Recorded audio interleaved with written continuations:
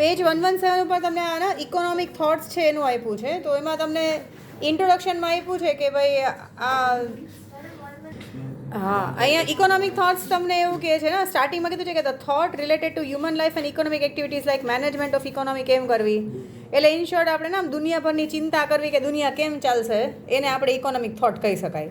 કારણ કે આપણને ખબર છે કે ભાઈ પૈસા વગર કંઈ નહીં થાય, તો દેશ ને દુનિયા કેમ ચાલશે, નેચરલ રિસોર્સિસને બધું હશે તો કેવી રીતે વાપરશો અને કેવી રીતે આ બેન્કિંગ, ફાઇનાન્શિયલ ને એન્વાયરમેન્ટલ પ્રોબ્લેમ સોલ્વ કરી શકાશે, આવા બધા વિચારો કરવાના. તમને ઘણા બધા વિચારો આવતા હોય, તો જો તમને આવા બધા વિચારો આવે દુનિયાની ચિંતા કરવાના, તો તમે ઇકોનોમિક થોટ્સ કરો છો એવું કહી શકાય એમ.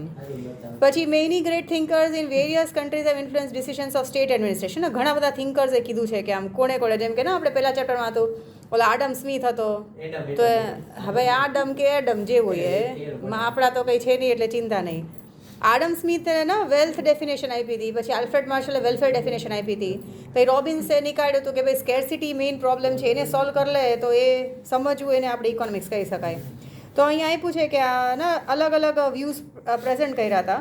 અને આ પ્રોફેસર આલ્ફ્રેડ માર્શલ જે છે provided importance of keeping human welfare, human welfare જે છે એને સેન્ટરમાં રાખ્યું હતું. પછી રોબિન્સે શું કીધું હતું, મેઇન વધારે ડેફિનેશન સારી આ રોબિન્સની હતી કે સ્કેર્સિટી જે છે દરેક વસ્તુઓની, એને આપણે કેવી રીતે ઓપ્ટિમમ યુઝ કરીએ અને એમાંથી આપણે આપણા પ્રોબ્લેમ સોલ્વ કરીને બેનિફિટ્સ નીકાળીએ તો એને ઇકોનોમિક્સ કહી શકાય. પછી એક આ પ્રોફેસર કીન્સ હતા, એણે ન્યૂ ડિરેક્શન પ્રોવાઈડ કરી ઇકોનોમિક્સને. એણે કીધું કે કન્ઝમ્પશન, ઇન્વેસ્ટમેન્ટ, એમ્પ્લોયમેન્ટ અને ગવર્મેન્ટ ઇન્ટરવેન્શન પણ આપણે જોવું પડે. તો આ બધું કેવી રીતે મેનેજમેન્ટ થાય છે એને સ્ટડી કરવું, એને ઇકોનોમિક થોટ આપણે કહી શકીએ. પછી અહીંયા આપ્યું છે કે thus such people contributed to modern economic thought in the west. એટલે આપણને પહેલેથી એમ જ શીખવાડે કે ફોરેનવાળાએ આપણને આવડીને શીખવાડ્યું એમ. પણ આપણા અર્થશાસ્ત્રમાં કોટિલિયને બધાએ જે કીધું હતું એ એકદમ ગ્રાઉન્ડ બેઝિસ પર એને જે કહી શકાય કે પ્રોબ્લેમ સોલ્યુશન માટે કીધું હતું. So economic ideology is also reflected in Indian scriptures, જેમ કે શાંતિ પર્વ છે. પછી મહાભારતમાં પણ શાંતિ પર્વમાં એ લોકોએ સમજાવ્યું છે કે કેવી રીતે મેનેજમેન્ટ કરે. પછી મનુસ્મૃતિ છે, શુક્રનીતિ છે, દેન કામંદિકિયા છે. અને આ બધામાં છે ને ઇકોનોમિક્સ રિલેટેડ એ લોકોએ કઈ રીતે ચલાવવું, કિંગડમ કેવી રીતે ચલાવવું, એના પ્રોબ્લેમ્સને સોલ્યુશન્સ આપ્યા છે. તો આપણામાં ઇન્ડિયામાં સ્પેશિયલી કૌટિલ્યનો જે અર્થશાસ્ત્ર જે છે એ રેન્ક્સ ફોરમોસ્ટ છે. તો નંબર ઓફ થિંકર્સ જે છે એણે આપણા ઇન્ડિયન ઇકોનોમિક થોટ્સ પણ ઘણા પ્રેઝન્ટ કર્યા છે. પણ આ થોટ્સ ઓફ કૌટિલ્ય છે, પછી આ ગાંધી બાપુ પણ આવ્યા, અને આ પંડિત દીનદયાલ ઉપાધ્યાય છે, એ લોકોએ પણ કન્ટ્રીબ્યુશન્સ આપ્યા છે કે ઇકોનોમીને, આપણા દેશને કઈ રીતે વધારે સારી રીતે ચલાવી શકાય એમ. પછી હવે કૌટિલ્ય અને ચાણક્ય કીધું છે ને, કૌટિલ્યનું જે અર્થશાસ્ત્ર છે ને એના ઉપર હજી પણ રિસર્ચ ને બધા છે, અને કીધું છે કે સૌથી બેઝિક વસ્તુ સોલ્વ કરવાનું એ શીખાડી જાય છે. સો કૌટિલ્ય હુ વોઝ ઓથર્ડ અર્થશાસ્ત્ર, મતલબ એના જે અર્થશાસ્ત્ર બુકના ઓથર જે હતા એ કૌટિલ્ય હતા. તો એ સ્ટ્રેટેજીસ સ્કોલર હતા અને પરફેક્ટ સ્ટેટનું એને ડ્રીમ કર્યો હતો ને. પરફેક્ટ સ્ટેટ મતલબ એવો સ્ટેટ હોય કે બધા સારી રીતે કમાતા હોય, એમ્પ્લોયમેન્ટ અને શું કહેવાય કે પ્રોસ્પરિટી હોય, બધા સારી રીતે જીવી શકતા હોય, બધા પાસે નોકરી ધંધા હોય, પૈસા હોય. So born with teeth, the son of Brahmin Chanakya. પછી ચાણક્યનું રિયલ નેમ જે છે એ વિષ્ણુગુપ્ત હતું. અને ચાઇલ્ડહુડ એનું થોડું હિસ્ટ્રી આપ્યું છે કે પાટલીપુત્ર કિંગડમમાં એને ચાઇલ્ડહુડ હતું અને એ 3rd સેન્ચુરી BC-માં હતા. તો ચંદ્રગુપ્ત જે મૌર્ય સામ્રાજ્ય હતું એ ટાઈમે એને આપ્યું હતું. સો આ ધનનંદા અને લાસ્ટ આનું ડિટેલ્સ આપ્યું છે. પછી અહીંયા ફર્ધર આપ્યું છે કે studying minutely the subjects of politics. આ એની જે અર્થશાસ્ત્ર બુક છે એમાં પોલિટિક્સ કેવી રીતે કરવું, પછી લો કેવી રીતે એન્ફોર્સમેન્ટ કરવાના. લો એવા હોવા જોઈએ કે જે ક્રિમિનલ્સ હોય એને સુધારી અને એને બેટર ઓપોર્ચ્યુનિટીઝ આપે. Economics, management, taxation, social order, trade, agriculture અને ઇન્ડસ્ટ્રી, આ બધી જ વસ્તુનું ધ્યાન રાખી અને બેલેન્સ રીતે એ લોકોએ એના સોલ્યુશન્સ આપ્યા હતા પ્રોબ્લેમના. He wrote an exclusive text name Arthashastra which was widely known as Kautilya's Arthashastra. એટલે અર્થશાસ્ત્ર આપણા ઇન્ડિયામાં આનું કેટલું ઇમ્પોર્ટન્સ છે. પછી આ જે કૌટિલ્યનું અર્થશાસ્ત્ર છે એ તમને પૂછે છે કે who has when and who compiled the Kautilya's Arthashastra, અને પાછું પબ્લિશ ક્યારે થયું. તો અહીંયા આજે આ પંડિત શ્યામ શાસ્ત્રી છે, ઓરિએન્ટલ લાઇબ્રેરી છે, કિંગ ઓફ મૈસોરના જે લાઇબ્રેરી છે એમાં એ ત્યાંના જે ભોજપત્રમાં જે ઓરિજિનલ લખેલું હતું ને ગ્રંથ લિપિમાં, અને જે ઓરિજિનલ ભોજપત્રમાં જે લખેલું હતું આ બધું અર્થશાસ્ત્રનું, એણે એને મોડિફાઈ કર્યું અને ટ્રાન્સલેટ કરીને અને વધારે સારી રીતે સમજાઈ શકે એ રીતે એનું ટ્રાન્સલેશન કરીને બુક પ્રેઝન્ટ કર્યા છે. તો અહીંયા એનું ખાલી તમને આપ્યું છે કે કેવી રીતે એ લાઈક આપણને ખબર નહોતી, આપણી પાસે કંઈ ભોજપત્રમાં અમુક ને લેંગ્વેજીસ એવા હતા પહેલાંના ટાઈમમાં સંસ્કૃતમાં લખેલા હતા, તો આપણને સંસ્કૃત ના સમજાય, તો એટલા માટે ટ્રાન્સલેશન્સ કરીને એ લોકોએ ડેટા પ્રોવાઈડ કર્યો છે. પછી idea of state management in India જે છે એ ઓલ્ડ કલ્ચર છે ને. પહેલાંના ટાઈમમાં આપણે કિંગડમ્સ હતા, તો જે કિંગડમ હોય એ પોતાના જે એરિયા હોય એનું ધ્યાન રાખેલા હતા ને. આપણે પહેલાંના જે હિસ્ટોરિકલ આપણે પિક્ચરો જોઈએ કે કંઈ પણ જોઈએ તો એમાં દરેક કિંગડમના બાઉન્ડ્રીઝ હોય. પછી દરેક કન્ટ્રીઝમાં એ લોકોના રિઝર્વાયર્સ હોય ને, ડેમ બનાવેલા હોય. તમે કદાચ ખ્યાલ હોય તો ને તમે કોઈ મોહેન્જો-દડો અને હરપ્પન સિવિલાઇઝેશન હતું એ બેસ્ટ એક્ઝામ્પલ છે કે કેવી રીતે કિંગડમમાં એ લોકો સ્ટેટ મેનેજમેન્ટ અને જે ને કોઈ ઇન્ફ્રાસ્ટ્રક્ચર જે મેનેજમેન્ટ હતું એ કેટલું સરસ રીતે હતું એમ. તો એ બધામાં એ લોકોએ આપણે કહી શકાય કે પહેલાંના ટાઈમમાં એ બધું આપણને ખ્યાલ છે કે આપણે પણ અહીંયા હતું. એન્શિયન્ટ લિટરેચર ઓફ ઇન્ડિયા જે છે એમાં આઈડિયલ મેથડ્સ બતાવેલા હતા કે પોલિટિક્સ અને ડિપ્લોમસી અને પોલિસી મેકિંગ અને રૂલ્સ ઓફ ગવર્નન્સ કેવી રીતે હોવા જોઈએ. અને પછી આ જે ને દંડ નીતિ કહે છે કે તમે કેવી રીતે પનિશમેન્ટ આપો, કે પનિશમેન્ટ એવા હોય કે જેનાથી બીજાને સારી રીતે એક્ઝામ્પલ મળે, બીજા લોકો એવી વસ્તુ કરે નહીં, પ્લસ જે લોકો ઓલરેડી કરી લીધું હોય એ લોકોમાં ઇમ્પ્રુવમેન્ટ આવી જાય એમ. So policy of punishment by the state છે. અને solution to present economic problems એ આપણે આ બધામાં જોવા મળે. આ ગિવન બાય સેજીસ ને, આપણા જે સાધુ હતા એ લોકોએ આ બધાના સોલ્યુશન્સ આપેલા છે. So such philosophy given thousands of years ago provide practical guidance for making individual life as well as social life easier. એટલે કોટિલિયસ અર્થશાસ્ત્ર જે છે એ એમાંનું એક જૂનું છે એવું કહી શકાય. પછી નેક્સ્ટમાં તમને એ પૂછે એના પછીના પેરેગ્રાફમાં, એટલે આમાં તમે જોજો આમાંથી MCQ કે શોર્ટ ક્વેશ્ચન્સ પૂછી શકાય કે this volume found by Pandit Shyam Shastri from the oriental library of the king of Mysore, અને 1909માં એને કમ્પાઇલ કર્યું અને આ બુક પબ્લિશ કરી. ઓરિજિનલી આ બુક જે છે એ 321-300 BCમાં બનાવેલું હતું. પછી ડિફાઇન તમને પૂછે છે કે ડિફાઇન અર્થશાસ્ત્ર એઝ પર કોટિલિયર છે. તો Kautilya's thoughts are based on the idea of ન અર્થ, જે જમીન ઉપર આપણે રહીએ છીએ એને કેવી રીતે સંભાળીને આપણે વાપરીએ સો દેટ આપણને જ નહીં પણ ફ્યુચર જનરેશન્સને પણ જે નેચરલ રિસોર્સિસ છે અવેલેબલ રહે હંમેશા માટે. So for him the key to governance and authority lies in the artha. According to Kautilya, person who is devoid of resources can also manage to obtain artha by labouring. એટલે તમને જે પણ કંઈ જમીન આપી છે એમાંથી તમને જે રીતનું નેચરલ રિસોર્સિસ હશે એમાંથી તમે કંઈક ને કંઈક તો એવું નીકાળી જ શકશો કે જેનાથી તમે એમ્પ્લોયમેન્ટ ઓર કંઈ પણ ઇન્કમ કાં તો કંઈ પણ વસ્તુ જનરેટ કરી શકો. સો with increase in labour productivity the means of production also increase. Productivity increase થાય ને, આપણને આવડે કંઈક ને કંઈક નવા ઇન્વેન્શન્સ કરે, તો જેમ કે ને પહેલાં લાકડા હોય તો લાકડામાંથી ફર્નિચર બનાવતા શીખા, એવી રીતે ઘણા નેચરલ રિસોર્સિસ છે જેમાંથી કંઈક ને કંઈક બનાવતા શીખા આપણે. તો જ્યાં સુધી આપણે એવું ને એવું કંઈક એક્ટિવિટી કર્યા નહીં કરીએ ત્યાં સુધી આપણને જ ખબર નહીં પડે કે આપણી આજુબાજુના નેચરલ રિસોર્સિસ છે એમાં કેટલી બધી વસ્તુઓ છે એમ. So thus he calls manual labour as the true artha અને એક્સપ્લેન કરે છે. અને એટલે ને મેઇન જે આપણે પહેલાંના કહે ને કે મહેનત કરો તો જ કંઈ થાય એમ, મહેનત વગર કંઈ મળતું નથી. ઓર મહેનત, હા, જે ફિઝિકલ લેબર જે છે એને ઇમ્પોર્ટન્સ આપતા, બિકોઝ ફિઝિકલ લેબર કરવું સૌથી ઇમ્પોર્ટન્ટ છે એ માઇન્ડ અને બોડી બે માટે. So the intention of a human being is artha and the piece of land with human settlement is earth, and so the science that gives solution pertaining to maintenance of land and attaining benefits of it or benefits from the land એને આપણે અર્થશાસ્ત્ર કહી શકાય. કે જમીનને છે તો આપણે ને બેઠા ના રહેવું જોઈએ, કાં તો તમે એને ટિલિંગ કરો, કાં ખેતીવાડી કરો, કાં તો જમીન ઉપર કંઈક પણ એવું મેન્યુફેક્ચરિંગ કરો. તો ઇન શોર્ટ કહેતા ફિઝિકલ લેબર જે છે એ ઇમ્પોર્ટન્ટ છે. thus he considered land as an asset for livelihood and the settlement of humankind, and hence considers it important to describe the science pertaining to maintenance and its benefits. પછી કોટિલિયાનું જે શાસ્ત્ર છે is apt to the role of a state in various time periods. એ state એટલે ને government જે છે પહેલાંના ટાઈમમાં કિંગડમ્સ હતા, તો કિંગડમ્સ હોય, રાજા મહારાજોએ કેવી રીતે એ પોતાના, જેમ કે દરેક રાજ્યમાં એવું જરૂરી નથી, અમુક રાજ્યમાં નદી હોય, અમુક રાજ્ય છે ત્યાં ડેઝર્ટ રિજિયન છે, તો ત્યાં કેવી રીતે એ લોકો કંઈક પોતાની રીતે જનરેટ કરી શકે. તો ને પહેલાંના ટાઈમમાં ડેઝર્ટ રિજિયન્સ હતા ત્યાં એ લોકોએ વોટર રિઝર્વાયર્સ બનાવ્યા છે, ડેમ્સ બનાવ્યા છે. તમે એમાં જુઓ તો એ થિંક તમે ગૂગલમાં કે એમાં પણ જુઓ તો એ અમુક સિવિલાઇઝેશન છે જેમાં એ લોકોએ ડેમ્સ ને દાદરાવાળા આખા હોય નીચે નીચે. પછી એવું ન હોય તો ત્યાં આગળ કંઈક પણ શું કહેવાય વાવ કે કંઈક બનાવતા હોય, કૂવા કે વાવ કે કંઈ છે. તો એ બધા, હા, તો મિનિંગ તો ખબર હશે તમને. હા, વાવ અને વેલ બે અલગ અલગ છે. પછી નેક્સ્ટમાં પછી નેક્સ્ટમાં છે કે અહીંયા આપ્યું છે કે હિઝ અર્થશાસ્ત્ર is related in science of policy making. Total એને 15 વોલ્યુમ લખ્યા છે એના ચેપ્ટર્સ જેવા લખ્યા છે, જેમાં એ અલગ અલગ ટોપિક ઉપર ડિસ્કશન લખ્યું છે. સો Kautilya has depicted the strategies for domestic administration, relations with neighboring states. ના નેબરિંગ સ્ટેટ સાથે પણ સારા રિલેશન રાખવા પડે કે કોઈ વાર નેચરલ કેલેમિટીઝ આવે અને આપણા સ્ટેટમાં કંઈક અછત પડે તો આપણે આજુબાજુના સ્ટેટ્સ પાસેથી હેલ્પ લઈ શકીએ. ના પહેલાંના ટાઈમમાં અલગ અલગ કિંગડમ યુનાઇટ થઈને ના ફોજ માટે પણ યુનાઇટ થતા, નેચરલ રિસોર્સિસ માટે પણ યુનાઇટ થતા, તો એ બધું એને સમજાયું. અને knowledge about medicinal plants and political diplomacy છે. તો આ મેડિસિનલ પ્લાન્ટ્સ જે છે ને આયુર્વેદનું પણ એ લોકોએ ઇમ્પોર્ટન્સ એમાં સમજાવેલું છે.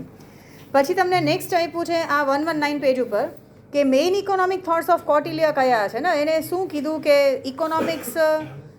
ઇકોનોમિક થોટ મતલબ કઈ રીતે પ્રોબ્લેમ સોલ્વ કરી શકાય. સો અહીંયા આપ્યું છે કે એસ્ટાબ્લિશમેન્ટ ઓફ સ્ટેટહુડ છે. તો જે પણ સ્ટેટના જે રાજા હોય તો એણે આખા રાજ્યનું ધ્યાન રાખવું જોઈએ. જેમ કે રાજાને ખબર હોય છે કે મારા રાજ્યમાં કેટલી નદીઓ છે, પછી કેટલા જમીન છે જે ફર્ટાઇલ છે, કેટલી છે જે બંજર છે, પછી બાકીનું બધું જેમ કે કઈ રીતે એ લોકો સોર્સિસ ઓફ ઇન્કમ જનરેટ કરી શકશે. પછી એવા કોઈ નેચરલ રિસોર્સિસ હોય એના સ્ટેટમાં તો એ આજુબાજુના સ્ટેટ સાથે એનું ટ્રેડ કરાવી શકે. તો અહીંયા આ જે એસ્ટાબ્લિશમેન્ટ ઓફ સ્ટેટહુડ છે તો એમાં કીધું કે જ્યારે સ્ટેટ બનાવે કોઈ પણ કિંગડમમાં, so king should provide basic resources of development. રાજાએ કન્ટિન્યુઅસ એફોર્ટ કરવા જોઈએ કે ડેવલપમેન્ટ ઇન એગ્રીકલ્ચર અને ઇન્ડસ્ટ્રી થાય, કારણ કે મેઇન તો વસ્તુ છે ખાવું અને જે પણ કંઈ છે ઇન્ડસ્ટ્રી છે. તો એના માટે તમારે સોર્સિસ ગોતવા જ જોઈએ. અને આ જે માઇન્સ છે જેમાં તમારી પાસે કંઈ નેચરલ રિસોર્સિસ હોય તો એને એક્સકાવેટ કરવા જોઈએ ને એમાંથી તમારે રિસ્ટોર શું કહેવાય નીકાળવું જોઈએ. ફોરેસ્ટ્રી ડેવલપ કરવું જોઈએ. કેટલ રેરિંગ છે અને માર્કેટ્સ છે, અને ઇમ્પોર્ટ એક્સપોર્ટ માટે પણ એ લોકોએ મહેનત કરવું જોઈએ. The king should aid in constructing water reservoirs, farming, temples અને ધર્મશાલા. અને teacher, priest and soldiers must be exempted from tax during the times of natural calamities. અને ફાર્મર્સને છે ને ઇમ્પોર્ટન્ટ આપવું જોઈએ. અને ફાર્મર્સ જે હેલ્પલેસ ફાર્મર્સ છે, કોઈ વાર નેચરલ કેલેમિટી આવે અને જો આખો પાક ડિસ્ટ્રોય થઈ જાય તો ફાર્મરની આખી મહેનત જાય. તો એ ટાઈમે આ કિંગે એનું સપોર્ટ કરવું જોઈએ ને. પહેલાં ફાર્મર્સ પાસેથી એ લોકો લેન્ડ રિવેન્યુ ચાર્જ કરતા હતા, તો એ ત્યારે રિલીફ આપવા જોઈએ. પછી સ્ટેટ ટ્રેઝરી છે. State treasury plays a pivotal role in ways and means suggested by Kautilya to maintain prosperity and safety of the state. અત્યારના પણ આપણે કહીએ કે આપણા કન્ટ્રીમાં જે આ ગ્રોસ ડોમેસ્ટિક પ્રોડક્ટ ને આ નેશનલ પ્રોડક્ટની આપણે કન્સિડર કરીએ, જીડીપી વધે કે ઘટે કે કંઈ છે, તો દરેક ઇકોનોમી જે છે એને પોતાની રીતે સ્ટ્રોંગ હોવું જોઈએ. સ્ટેટ ટ્રેઝરીમાં પહેલાંના ટાઈમમાં તમે કદાચ પિક્ચરો કે કંઈ ઓલા જોયા હોય તો એમાં એ લોકો બતાવે કે કેવી રીતે એ લોકો જે કિંગ્સ હોય એ પોતાની પાસે અનાજના ભંડાર કરેલા હોય ને, સ્ટોક કે વેરહાઉસીસ હોય એ લોકોના. કે કોઈ વખત નેચરલ કેલેમિટીઝ કે મેનમેડ કેલેમિટીઝ આવે, કાં તો આ વોર કે એવું થાય જ્યારે એ ટાઈમે કંઈ ના કરી શકે, તો એ ટાઈમે એ લોકો પાસે એટલા બધા ફંડ્સ અને રિસોર્સિસ હોય કે કદાચ અમુક મહિના સુધી કંઈ કર્યા વગર ચલાવવાનું આવે તો એ કોઈ પણ જનતા જે છે એનું જે તો એ લોકોને ભૂખે ના મરે, એ લોકો માટે એ લોકો પ્લાનિંગ કરતા હતા એમાં. સો એ Kautilyaએ એ પણ સજેસ્ટ કર્યું હતું કે સ્ટેટ ટ્રેઝરી હંમેશા ફોકસ હોવું જોઈએ ને. દરેક સ્ટેટે પોતાનું જે ટ્રેઝરી છે એ હંમેશા વધારવાની ટ્રાય કરવી જોઈએ. So the unity, stability and administration of the state are directly dependent on the state's treasury.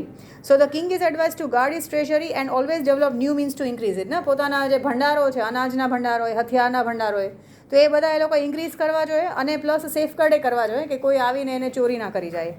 So Kautilya has shown 7 sources of income છે. આ તમને MCQમાં પૂછે છે કે 7 sources of income એને બતાવ્યા હતા. તો એક તો ટાઉન્સ, વિલેજીસ, ઇરિગેશન, માઇન્સ, જંગલ, એનિમલ હસબન્ડરી અને ટ્રેડ એન્ડ કોમર્સ. આમાંથી ગવર્મેન્ટ ઓર કિંગ જે છે એ ટેક્સ કે લગાન કરી અને આટલા સોર્સિસ ઓફ ઇન્કમ જનરેટ કરી શકે. So he has emphasize that the king should collect taxes once in a year. અને ફોર્સફુલ મીન્સથી નહીં, પણ બધાને એક રિસ્પોન્સિબિલિટી જેવું સમજીને બધા ટેક્સ પે કરે. એવું નહીં કે ગવર્મેન્ટ કે કિંગ જે છે એ વધારે એને હેરાન કરે અને ફોર્સફુલ મીનથી એ લોકોની કેપેસિટી ન હોય તો પણ ટેક્સ લે, એવું ન કરવું જોઈએ. અને રિફ્રેન ફ્રોમ હાર્શનેસ વાઇલ કલેક્ટિંગ ટેક્સ છે. તો જેમાં જે એરિયા હોય, જેમ કે પોતાના રાજ્યમાં અમુક એરિયામાં કાં તો અકાળ થયું હોય, કાં તો ના કંઈ પણ બીજા કંઈ નેચરલ કેલેમિટીઝ આવ્યા હોય, તો એ પર્ટિક્યુલર ટાઈમે ત્યાંથી એ લોકોએ રિલીફ આપવું જોઈએ. Kautilya has also hinted on the use of public property, promotion of trade, gifts and penalties, fines and rewards, જેનાથી આપણે જનરેટ કરી શકીએ income. And also production of cash crops to ameliorate છે, એટલે ને સારું ને સારું સ્ટેટ ટ્રેજરીને તમે વધારે રીતે ફંડ ભેગા કરી શકો. કારણ કે કેશ ક્રોપ્સમાં તમે કયા કયા કહી શકો, આ કોટન ને એ બધા છે કે જેને ફર્ધર મેન્યુફેક્ચરિંગ પ્રોસેસમાં યુઝ કરી શકાતા હોય, તો એવા કેશ ક્રોપ્સ પણ ઉગાવવા જોઈએ, જેથી કરીને એક્સપોર્ટ ઇમ્પોર્ટ પણ કરી શકાય અને વધારે ફંડ્સ ઇન્ક્રીઝ કરી શકાય. So much of the state treasury consist of physical or tangible goods હશે, તો પ્રિઝર્વ કરવા જોઈએ. જેમ કે વેર હાઉસીસ પ્રોપર હોવા જોઈએ ને, વેર હાઉસીસ સારા એવા હોવા જોઈએ કે ત્યાં પછી ઉંદર કે બીજા કોઈ જીવજંતુ આવીને ડિસ્ટ્રોય ના કરી નાખે. સો વેર હાઉસીસ બરાબર કન્સ્ટ્રક્ટ કરવા જોઈએ અને પબ્લિકના વેલફેર માટે વેર હાઉસીસમાંથી જે કલેક્શન કર્યું હોય એ યુઝ કરવું જોઈએ. Kautilya also specified the rate of tax અને કેટેગરી ઓફ વર્કર્સ. અલગ અલગ લોકો પાસેથી અલગ અલગ ટેક્સ વસૂલ કરવા જોઈએ. For example 1/4 of the agriculture production may be collected as tax from the individual farmers. જેમ કે ને જેટલું મેન્યુફેક્ચર ઓર ને જેટલું પ્રોડક્શન થયું હોય એનું 1/4 જે છે એ ટેક્સ તરીકે લઈ લઈએ. 1/2 of the produce may be collected as tax from individual farmers of cotton wool. આ જે કોટન વૂલ, સિલ્ક અને વેક્સ છે અને મેડિસિન્સ છે, તો આ બધા કેશ ક્રોપ્સમાં આવે. ટેક્સેશન પોલિસી છે, તો કેશ ક્રોપ જે છે એ મેન્યુફેક્ચર કરવા જોઈએ. And the perception of a welfare state in Kautilya's ideas are useful even in today. અત્યારના પણ આપણે જે ગવર્મેન્ટ અમુક ફોર્મ્યુલેટ કરે છે પ્લાન્સ, એ આના અર્થશાસ્ત્રના બેઝિસ પર કરે છે એવું કહી શકાય. પછી ટેક્સેશન પોલિસી કીધું હતું, તો ટેક્સેશન પોલિસી એવી જોઈએ કે ક્લિયર અને સિમ્પલ હોવી જોઈએ, કે બધાને સમજાય કે અમારે કેટલા ટેક્સ ભરવાના છે. પછી શોર્ટ ટર્મ અને લોંગ ટર્મ ટેક્સ પોલિસીસ હોવા જોઈએ. અને જે લિમિટ ઓફ ટેક્સ રેટ જે છે એ the limits of tax rate which a king may impose and so on. તો એમાં પણ એક લિમિટ હોવું જોઈએ કે કેટલું વધારે લઈ શકે. Then provisions for increasing tax rate during emergency are also presented. અમુક ટાઈમે ડ્યુરિંગ ઇમરજન્સી આવે તો ત્યારે વધારે ટેક્સ કલેક્ટ કરે, એટલે જે તે નીડી સ્ટેટ્સ હોય ઓર નીડી રિજિયન્સ હોય ત્યાં આગળ રિલીફ કે પૈસા પ્રોવાઈડ કરી શકાય. Tax should be collected from citizens as ripen fruits are collected from orchard. એટલે એવું ન થાય કે ઓલા લોકો કમાઈ પહેલાં ટેક્સ લેવા માંડે એમ. એક વખત જે લોકો મહેનત કરીને કમાય પછી એ લોકો પાસેથી તમે ટેક્સ લ્યો. એટલે ના ખેતરો હોય ને એમ, ફ્રૂટના જે ઓર્ચાર્ડ હોય ને, તો એ ત્યાંથી એવી રીતે લેવું જોઈએ કે લોકોને એમ ન થાય કે અમે હજી તો અમે લઈએ એ પહેલાં ગવર્મેન્ટને આપવું પડે. જેમ અત્યારના કેમ છે, આ જીએસટી આવી ગયું છે, તો હોટલમાં ખાવા જાઓ તો આપણે ખાવી પહેલાં ગવર્મેન્ટને ભેગું જમાડવું પડે, જેમ જીએસટી એમાં લગાડીને. So he laid down such principles of taxation which make the taxation policy or process simple, less expensive અને લેસ કોમ્પ્લેક્સ હોવી જોઈએ. અને એના માટે એને અલગ અલગ રીતે કઈ રીતે ટેક્સ વસૂલ કરવા એ પ્રેઝન્ટ કરેલું છે. તો એક તો લેન્ડ ટેક્સ છે. So state had a right to collect a portion of agriculture produce as a tax from the farmer.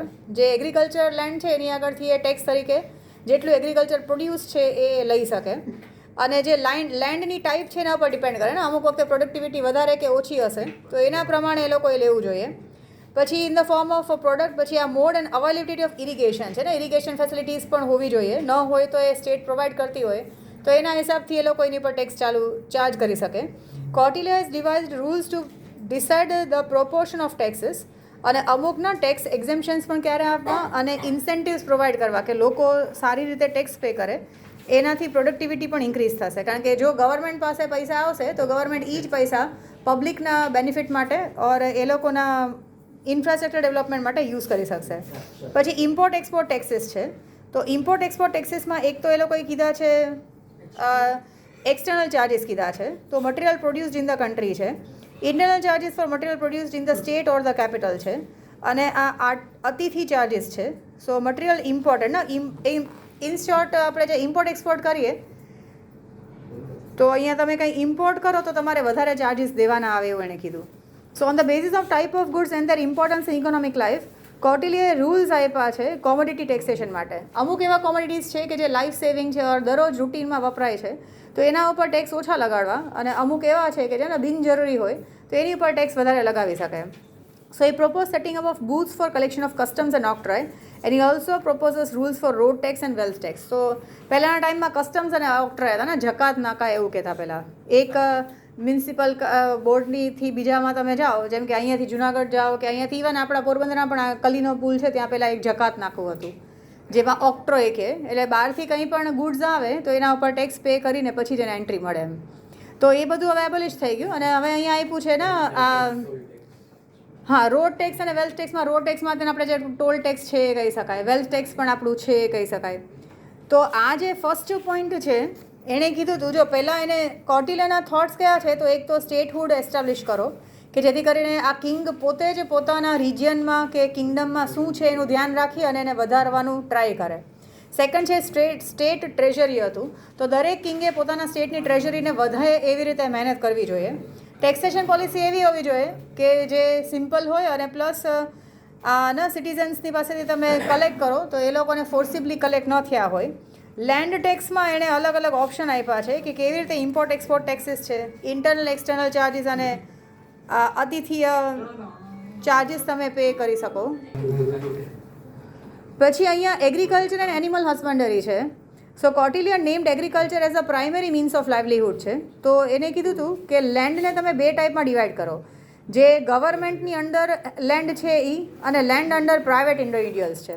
તો ગવર્મેન્ટ પાસે જે લેન્ડ છે એને એ લોકો કોની પાસે ખેડાવી શકે, તો અહીંયા આપ્યું છે કે ના એવા લોકો કે જે કાં તો મજૂર બને ઓર કાં તો ના પ્રિઝનર્સ હોય કે એગ્રીકલ્ચરલ લેબરર્સ હોય, એની આગળ તમે એ લોકોને કામ કરાવડાવી શકો, તો એ લોકોને પણ એમ્પ્લોયમેન્ટ ઓપોર્ચ્યુનિટીઝ મળે. તો ગવર્મેન્ટ ઓન જે લેન્ડ છે એમાં કોને ટીલિંગ કરવા કે એને કોને ખેતીવાડી કરવા આપવાનું, તો એવા લોકો કે કાં તો એ લોકો મજૂર હોય કાં તો પ્રિઝનર્સ હોય કે જે લોકોનું તમારે બીજું કંઈ કામ ન હોય, તો એવા લોકોને તમે કામ આપો તો એ લોકોને કામ પણ મળે પ્લસ ગવર્મેન્ટનું કામ પણ થઈ જાય. અને he believe that land should be used mainly for agriculture purpose and hence the uncultivable land જે છે ને એને પણ કલ્ટિવેબલ બનાવવા માટે કંઈક ને કંઈક મહેનત કરવી જોઈએ. Taxes can be collected from the farmer only of he or she cultivate કરતા હોય, તો જો એમાં ખેતીવાડી કરતા જ ન હોય તો એના ઉપર તમે કંઈ ટેક્સ લગાવી ના શકો. એનિમલ હસબન્ડરી પણ એ લોકો રિલેટેડ ટુ એગ્રીકલ્ચર છે, તો એને પણ એ લોકોએ સ્ટેટ મીન્સ ઓફ લાઇવલીહુડમાં એને એક ઇમ્પોર્ટન્ટ પાર્ટ મેન્શન કર્યું છે. તો એમાં 3 કેટેગરીના એનિમલ્સ છે. એક તો પેટ એનિમલ્સ છે, ડેરી એનિમલ્સ છે અને વાઇલ્ડ એનિમલ્સ છે. પેટ કે ટ્રેન્ડ એનિમલ્સ છે એ જે શું કહી શકાય યુદ્ધમાં ને એમાં હાથી ને ઘોડા ને એવો યુઝ થાય. ડેરી એનિમલ્સમાં જે લોકો દૂધ પ્રોવાઈડ કરે, અને વાઇલ્ડ એનિમલ્સ છે એને જસ્ટ ખાલી તમે નેચરલ રીતે ફોરેસ્ટ મેન્ટેન થાય એના માટે તમે એને રાખવા દીધા હોય. Kautilya has also suggested rules and penalties related to animal husbandry. તો એનિમલ હસબન્ડરીમાં પણ એને રૂલ્સ આપ્યા હતા કે ભાઈ કોઈને પણ કંઈ, જેમ કે આ પેટ એનિમલ્સ છે તો એને કંઈ પણ બીજી રીતે હાર્મ ના પહોંચાડી શકે ને એવું બધું. પછી ઇન્ડસ્ટ્રી આવે છે. ઇન્ડસ્ટ્રીમાં આપ્યું છે કે Kautilya believe that only a resourceful state can prosper and developed and hence he gave a direction for setting up industries. Industries કયા હોવા જોઈએ, કારણ કે પહેલાંના ટાઈમમાં તો એટલા મેન્યુફેક્ચરિંગ તો કંઈ થતું નહીં. ઇન્ડસ્ટ્રીઝ હતા શેના, તો એક તો આ જે નોર્મલ જે વસ્તુઓ છે એ બધું બનાવે, હા આયરન એન્ડ સ્ટીલ જેવું કહી શકો, કપડાના છે એવા બધા કહી શકો. તો પહેલાંના ટાઈમમાં જે રાજા મહારાજાના ટાઈમમાં હતા ત્યારે ઇન્ડસ્ટ્રીમાં વધારે કયા હતા, તો એક તો કીધું કે રાજા મહારાજોએ ટ્રાય કરવું જોઈએ કે ન્યૂ માઇન્સ કે કંઈ કે ઓર્ડર એક્સકવેશન માટે ઓર્ડર ક્યારે કરી શકે, જ્યારે રાજાને પોતાને ખબર હોય કે અમારા કિંગડમમાં કયા ટાઈપના નેચરલ રિસોર્સિસ અવેલેબલ છે. જેમ કે અહીંયા રાણાવાવ છે તો રાણાવાવમાં ત્યાં જીપ્સમની ખાણ છે, તો ત્યાંથી જીપ્સમ અને બોક્સાઇટ બે છે ત્યાં આગળ. તો એ જે રાજા મહારાજાઓ એ લોકોને પણ ખબર હોય છે કે એના રિજિયનમાં કયા નેચરલ રિસોર્સિસ છે, તો એને એક્સકવેટ કરી શકાય. પછી develop art and craft industry to use skills and promote skill formation. પછી પ્રોમોટ ટ્રાન્સપોર્ટેશન એન્ડ કોમ્યુનિકેશન. પછી નેક્સ્ટમાં આપ્યું છે કે further suggested setting up of proper markets in towns, અને માર્કેટ પણ ડેવલપ કરવા જોઈએ ને. પહેલાંના ટાઈમમાં હાટ કહેતા હતા, તો એ ડેવલપ કરે તો ત્યાં આગળ અમુક દિવસે જે સેલર્સ અને બાયર્સ છે એ કોન્ટેક્ટમાં આવી અને ત્યાં આગળ પરચેસ સેલ કરી શકે. So it is evident from Arthashastra that his thoughts were provoked by economic problems and political concerns. એટલે આ કોટિલિયાના જે પણ એને ઓપ્શન્સ કે એના સજેશન્સ આપ્યા હતા એ એટલા માટે આપ્યા હતા કે ઇકોનોમિક પ્રોબ્લેમ્સ ઇઝીલી સોલ્વ થઈ શકાય, અને પોલિટિકલ કન્સર્ન્સ પણ, જેમ કે દરેક સ્ટેટ એકબીજા સાથે જો સારી રીતે રિલેશન્સ મેન્ટેન કરે તો એકબીજાને એ લોકો હેલ્પફુલ થઈ શકે એમ. પછી he has incorporated the minutious details in building of a progressive and modern state, અને પોતાના થિયરીઝ આપ્યા છે કે ઇવન યુનિવર્સલી એક્સેપ્ટેડ થિયરીઝ છે અને અત્યારના પ્રેઝન્ટ ટાઈમ્સમાં પણ એનું યુઝ થાય છે. So even though his work Arthashastra was created in Magadha state and for the emperor Chandragupta Maurya, he wished that એનું જે પણ કંઈ એને, કારણ કે ચંદ્રગુપ્ત મૌર્યના રાજમાં જ્યારે પણ કન્ક્લુઝન્સ આવ્યા છે તો એમાં જોયું છે કે કેવી રીતે એ લોકો સારી રીતે કિંગડમ મેનેજ કરી શકતા હતા. તો આ જે ડિઝાયર્ડ અને ટાઈમલેસ વિક્ટરીઝ એ લોકોને મળ્યા હતા, તો એના પછીના જનરેશનમાં પણ આ ટાઈપનું નોલેજ બધા લોકોને આવે એવું એ લોકોએ વિશ કરતા હતા. So Kautilya's oppose the act of tax evasion and hiding assets from the state. એટલે આવું ન કરવું જોઈએ એ પણ એને સજેસ્ટ કર્યું હતું કે કોઈએ ટેક્સની ચોરી કે એવું ના કરવું જોઈએ. પછી આ આવ્યા કૌટિલ્યનું અર્થશાસ્ત્ર, એના ઉપર તમને નોટ્સ મેં નાખ્યા છે શોર્ટ કરીને. એના પછી ગાંધીજીનું આવ્યું છે. તો અહીંયા ગાંધીજીનું આવ્યું છે, એમાં કીધું છે કે સોસાયટીઝમાં અલગ અલગ ચેન્જ આવે અને ડેવલપમેન્ટ થાય તો સારું થાય. So such changes occur as phases of transformation and in each phase of transformation the society tends to follow the ideas and ideals of કોઈને કોઈ રિફોર્મર હશે, સોશિયલ રિફોર્મર હશે, એનું એ લોકોને પછી આપ્યું છે 10 ધ રિફોર્મર. કોઈ પણ રિફોર્મર છે એ પોતાના વ્યૂઝ એવી રીતે એક્સપ્રેસ કર્યા હોય તો બધા લોકોને યાદ રહી જાય હંમેશા. પછી અહીંયા સ્ટાર્ટિંગમાં ખાલી એ હિસ્ટ્રી આપ્યું છે, એનું બર્થ પ્લેસ એનું ડિટેલ્સ આપ્યું છે અને કેવી રીતે એ આઈડિયલિસ્ટિક ડ્રીમર હતા અને રિયલિસ્ટિક અને પ્રેક્ટિકલ અપ્રોચ એને આપ્યા હતા અને ટ્રુથ અને નોન વાયલન્સ ઉપર એને આઈડિયોલોજી પ્રેઝન્ટ કર્યા હતા પોતાના. અને જે થોટ અને કન્ડક્ટ વચ્ચે ડિફરન્સ ન હોવું જોઈએ, જે વિચારો એ કરવું જોઈએ, ખાલી વિચાર જ ન કરવા જોઈએ, કરીને પણ જોવું જોઈએ. અને he emphasis on religion and ethics for individual and social life. અને એને ઘણા એન્ડલેસ એફર્ટ કર્યા હતા અનટચેબિલિટીને બીજું કંઈ પણ જે રોંગ સોશિયલ કસ્ટમ્સ હતા ઇન્ડિયામાં એને ઇરેડિકેટ કરવા માટે એણે ઘણા બધા કામ કર્યા હતા. એન્ડ એનું જે સિમ્પલ લાઈફ જે હતું એના ઉપરથી બધાને મોટિવેશન મળે. અને એથિકલ સાયન્સ જે છે as a base for science and politics and economics હતું ને. એથિકલ સાયન્સ એટલે જે એથિક્સ જે હ્યુમનિઝમ માટે જે ઇમ્પોર્ટન્ટ છે એવી વસ્તુઓ અપનાવવી જોઈએ એ એનું કહેવાનું હતું. Gandhiji simple way of life in social economic and political terms એ ફ્રિકવન્ટલી નોન એઝ ગાંધીઝમ છે. અને એની કોઈ સ્પેસિફિક આઈડિયોલોજી નથી, પણ આપણે એને જનરલી એને અમુક વસ્તુઓ એવા કીધા હતા કે જેને આપણે ઇકોનોમિક્સમાં યુઝ કરી શકીએ ને, એટલે ગાંધીજીનું આપણે થોટ અહીંયા જોઈએ છે.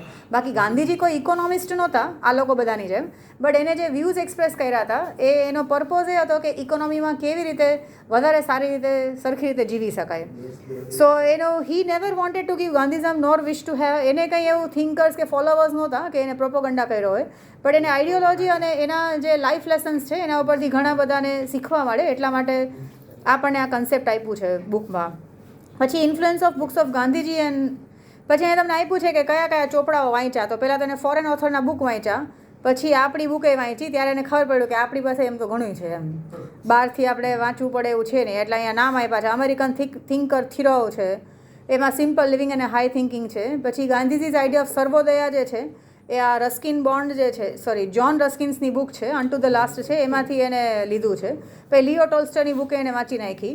પછી બધું વાંચ્યા પછી એને અહીંયા ઇન્ડિયામાં કોણ દેખાણું, તો આ સત્યવદી રાજા હરિશ્ચંદ્રનું એને નાટક જોયું ને પછી એને એમ થયું કે ભાઈ મારે સત્ય જ બોલવું જોઈએ, તો એ સત્યાગ્રહી થઈ ગયા. અને લેબરિંગ ફોર વન્સ ઓન બ્રેડ એટલે ને કોઈ પણ કામ નાનું મોટું નથી. એટલે પહેલાંના ટાઈમમાં તમે જોયા હશે તો બતાવે કે કેવી રીતે એ નાનું મોટું કામ પણ કરીને બધા લોકો જીવતા હોય, તેનું રિસ્પેક્ટ હોય એવું એને સમજાવ્યું હતું. પછી અહીંયા હિન્દુ સ્ક્રિપ્ચર્સ ને ભગવદ્ ગીતામાં અને એમાં જે અમુક બધા કીધા હોય આપણે જે શ્લોકના જે સાર હોય એના ઉપરથી એણે પોતાના આઈડિયોલોજીસ પ્રેઝન્ટ કર્યા છે. અને one who relishes the fruits without making offerings એટલે જેમ કે મહેનત કર્યા વગર મફતનું ખાઓ કે હરામનું ખાઓ એ નહીં સારું કહેવાય એવું એણે સમજાવ્યું હતું.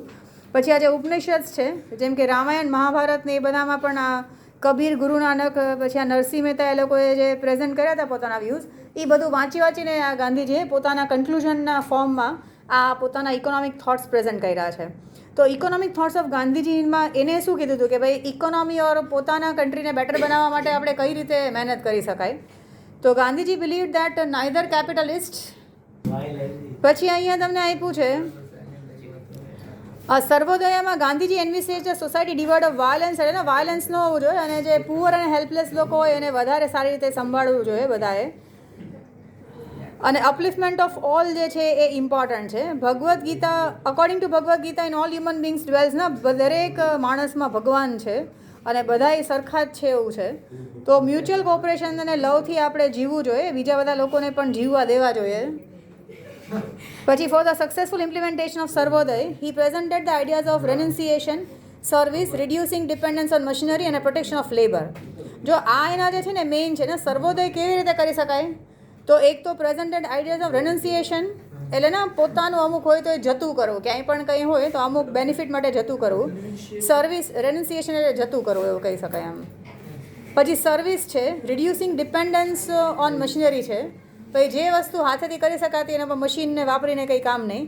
પ્રોટેક્શન ઓફ લેબર છે, ડિસેન્ટ્રલાઇઝેશન ઓફ પાવર છે, પ્રિવેન્શન ઓફ એક્સપ્લોટેશન છે. તો આવું બધું જે છે એ એણે સર્વોદયમાં પ્રેઝન્ટ કર્યું છે.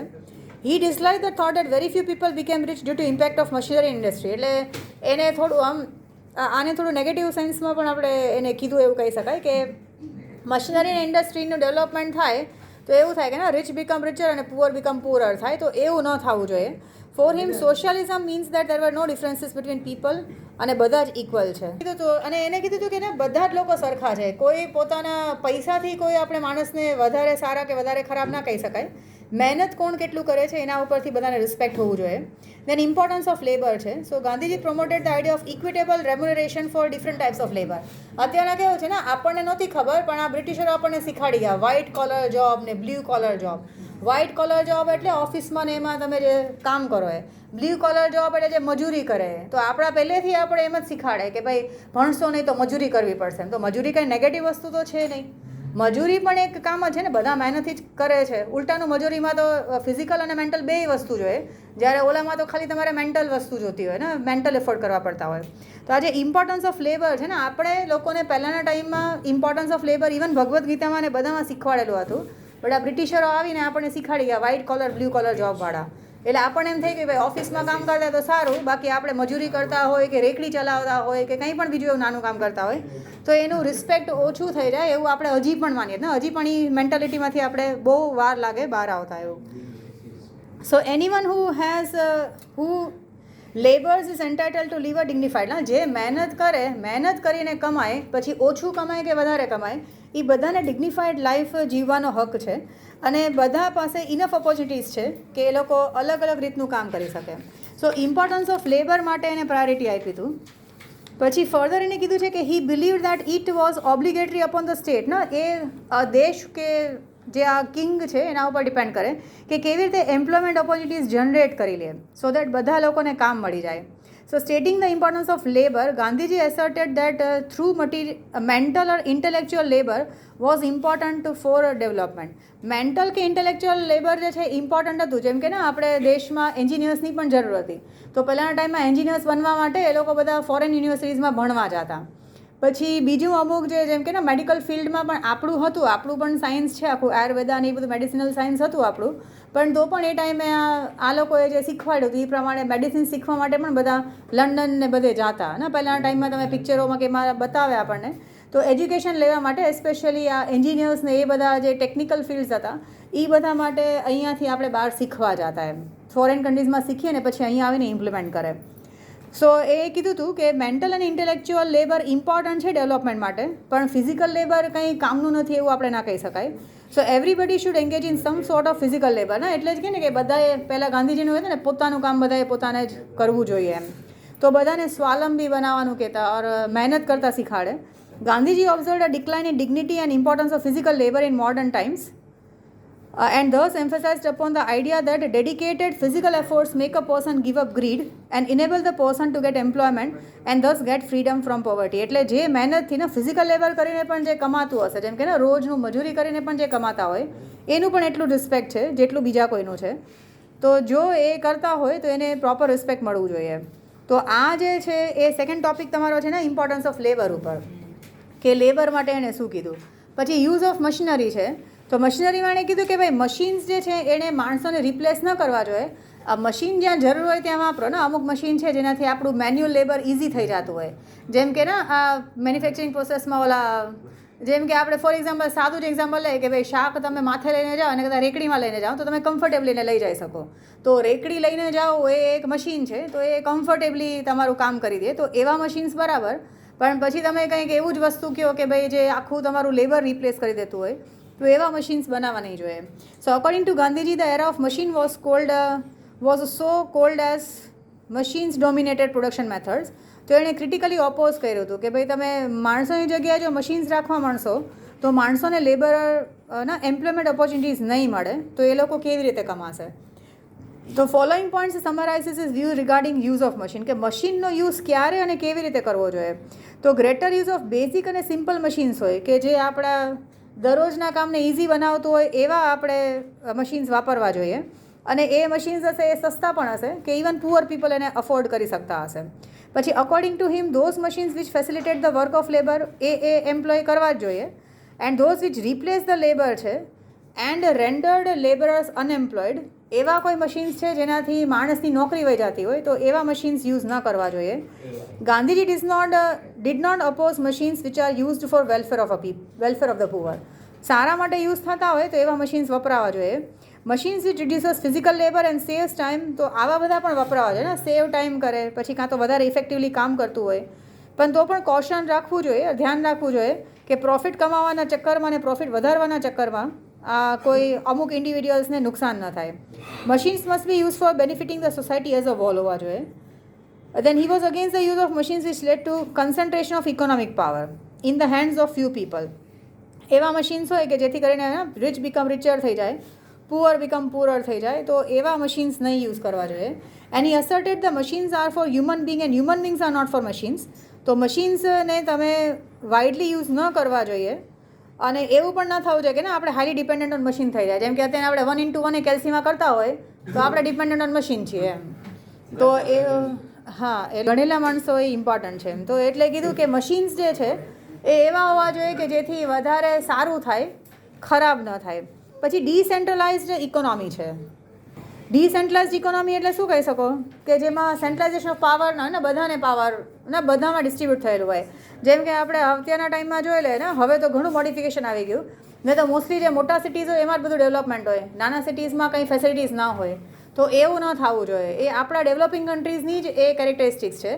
બીજા ડેવલપ કન્ટ્રીઝ જુઓ તો ત્યાં એવું નથી. તમે જે ડેવલપ કન્ટ્રીઝમાં જાઓ તો ત્યાં આગળ બધા જ સ્ટેટ, બધા રિજિયન ઇક્વલી ડેવલપ્ડ હોય. ત્યાં એવું ન હોય કે ભાઈ આ ફેસિલિટી સિટીઝમાં જ મળશે ને ગામડાઓમાં કે નાનકડા ટાઉન્સમાં નહીં હોય. તો એવું જે છે એ ડિસેન્ટ્રલાઇઝડ ઇકોનોમી હોવું જોઈએ આપણું, કે બધે જ બધી ફેસિલિટીઝ અવેલેબલ હોય. So Gandhiji favoured a decentralised economy system for India, કે ઇકોનોમિક પાવર જે છે ને અહીંયા many Indians and not among the few people only, બધા માટે ડિસ્ટ્રીબ્યુટ કરેલું હોવું જોઈએ.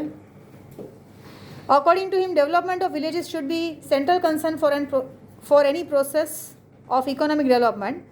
અને વિલેજીસ જે છે ને સેલ્ફ સફિશિયન્ટ પણ હોવા જોઈએ. વિલેજીસમાં પણ ઇક્વલ બેનિફિટ્સ મળવા જોઈએ ડેવલપમેન્ટમાં. તો અત્યારના આપણે કહી શકીએ ને કે નેશનલ હાઈવેઝ ને બધું ડેવલપ થયું, એના લીધે ઇવન નાનકડા વિલેજીસ પણ ડેવલપ થવા લાગ્યા. નાના વિલેજીસમાં જ્યાં પહેલાં કંઈ પણ ફેસિલિટીઝ નહોતી ત્યાં ફેસિલિટીઝ વધવા લાગ્યા. તો આવી રીતનું ને ડિસેન્ટ્રલાઇઝડ ઇકોનોમી હોવું જોઈએ કે બધી ફેસિલિટીઝ સિટીઝમાં જો એવું નહીં, નાનકડા ગામ ને નાનકડા ગામડાઓમાં પણ સેમ ફેસિલિટીઝ એ લોકો એન્જોય કરી શકવા જોઈએ.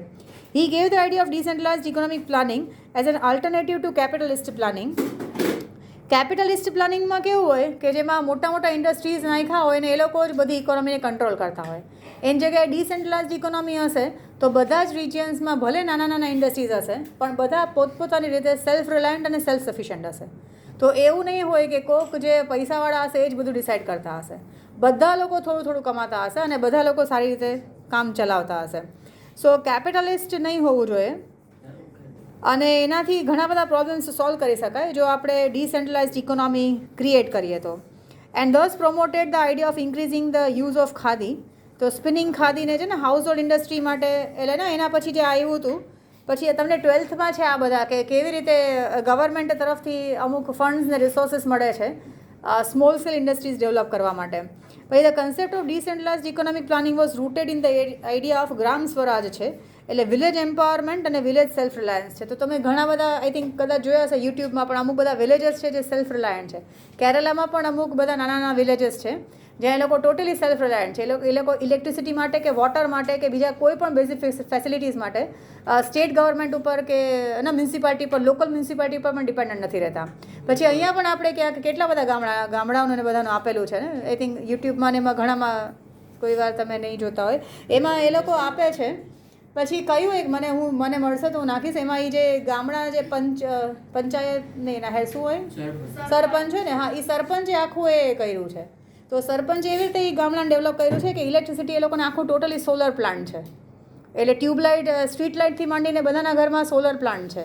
પછી એ લોકોનું જે વોટર રિઝર્વાયર છે, ડેમ એવી રીતે છે કે ત્યાં એ લોકો ઓલું નાખ્યું છે. આપણે અહીંયા પણ ડેમ હોય તો કન્સેપ્ટ આપ્યું છે ને ડિસેન્ટ્રલાઇઝ્ડ ઇકોનોમી કેવી રીતે જનરેટ કરી શકાય, ગ્રામ સ્વરાજનું કન્સેપ્ટ. તો એ જે ગાંધીજીના ટાઈમમાં જે એણે વિચાર્યું હતું એ અત્યારે પણ ઘણા રીતે પોસિબલ થયું છે. પછી સિમ્પ્લિસિટી અને નોન પોઝેશન છે. તો સિમ્પલ લાઈફ જીવો ને, બહુ બધી વસ્તુ ભેગા કરવાનું આપણે એટીટ્યૂડ કે ને ઈચ્છાઓ ના હોવા જોઈએ કે આ લઈએ ઓલું લઈએ.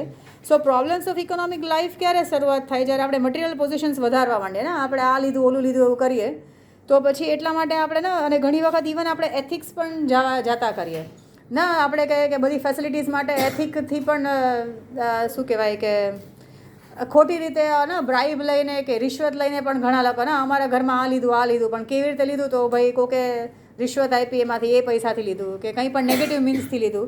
તો એવું બધું હોવું ના જોઈએ. So he propagated the idea of non possession and consumption. જે આપણે જરૂરતની વસ્તુ એવી જ આપણે લેવી જોઈએ, બિનજરૂરી વસ્તુઓના ના ખોટા ખર્ચા ના કરવા જોઈએ. જે આપણા દાદા દાદી પણ આપણને કહેતા હોય, એ ગાંધીજી પણ કહેતા. તો આપણા ગાંધીજીનું સાંભળીએ નહીં તો આપણા દાદા દાદીનું સાંભળી લે તો આપણે સમજાઈ જાય, અને પેરેન્ટ્સનું સાંભળી લે તો સમજાઈ જાય આપણને. તો એમાં છે ને સિમ્પલ લિવિંગ અને હાઈ થિંકિંગ કીધું કે ખોટા ખર્ચા નહીં કરવા જોઈએ. અને ના મેઇન છે કે હેલ્થ મેન્ટેન કરો. બાકીની બધી વસ્તુઓનું તો તમને કંઈ હેલ્થ સારું હશે તો તમે બાકીના વસ્તુ હશે એ તમે એન્જોય કરી શકો એવું. સો કન્ટિન્યુઅસલી ઇન્ક્રીઝિંગ વોન્ટ્સ જે છે એને કંટ્રોલ કરવા જોઈએ. કોમ્પ્લેક્સ મશીન્સ યુઝ ન કરવા જોઈએ. ડિસ્ટ્રીબ્યુશન સિસ્ટમ જે છે એ તમે ને બરાબર હોવા જોઈએ. જેમ કે ડિસ્ટ્રીબ્યુશન સિસ્ટમ અનઇક્વલ છે એટલા માટે જ આપણે કેટલા પ્રોબ્લેમ્સ ફેસ કરીએ. જેમ કે આપણે કન્સેપ્ટ જ જોઈએ તો ને, આપણા દેશમાં આટલા નદીઓ છે પણ તો પણ પાણીનું શોર્ટેજ છે એવું કહી શકાય. અને એક્સપ્લેનિંગ રિલેશનશિપ બિટવીન બોન્ડ્સ અને વેલફેર. ગાંધીજીએ બતાવ્યું કે વેલફેર ઇન્ક્રીઝ થાય જ્યારે આપણે બોન્ડ્સ લિમિટેડ કરી નાખીએ, અને સાચી ખુશી સિમ્પલ લિવિંગમાં જ છે. હા, અને he insisted upon the idea of everyone's livelihood without anyone's expectation. કોઈને હેરાન કરીને આપણે ખુશ, કોઈને દુઃખી કરીને સુખી ના રહી શકાય એમ.